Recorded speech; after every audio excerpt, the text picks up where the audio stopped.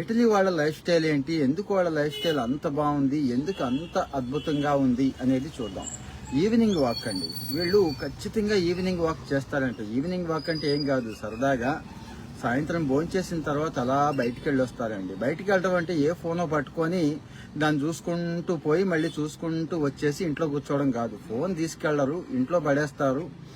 దారిలో కనిపించిన వాళ్ళని పలకరిస్తూ పోతారండి. అంటే మరీ పరిచయం లేదు, మొహం అలా పెట్టుకున్న వాళ్ళని కాకుండా కాస్త నవ్వు మొహంతో పోవడం, దారిలో ఎవరైతే వస్తూ ఉంటారో వాళ్ళని పలకరిస్తూ కాస్త యోగక్షేమాలు కుశలాలు అడుగుతూ చిరునవ్వుతో, అదేదో సినిమాలో ప్రకాష్ రాజ్ వెళ్తూ ఉంటాడు చూడండి, చిరునవ్వుతో అందరిని అడుగుతూ ఉంటాడు.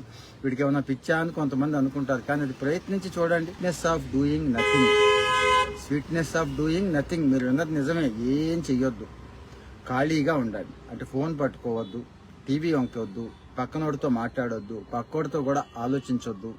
కానీ ఏ కిటికీ దగ్గర కూర్చొని, లేకపోతే ఏ డోర్ దగ్గర కూర్చొని, లేకపోతే వీధి వైపు కూర్చొని, లేకపోతే ఎటువైపు కూర్చున్నా పర్వాలేదు, ఖాళీగా ఉండండి. ఆ ప్రస్తుత క్షణాన్ని ఆస్వాదించండి. బయట సన్నటి ఎండ పడుతుంది అనుకోండి, దాన్ని ఆస్వాదించండి. చల్లటి గాలి ఆస్వాదించండి.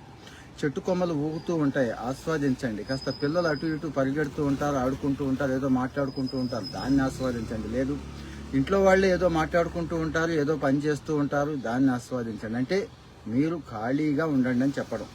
అంటే కొంతమంది లైఫ్లో ఇది అవసరం అండి. బిజీ బిజీ బిజీ, నాలాంటి వాడికి ముఖ్యంగా.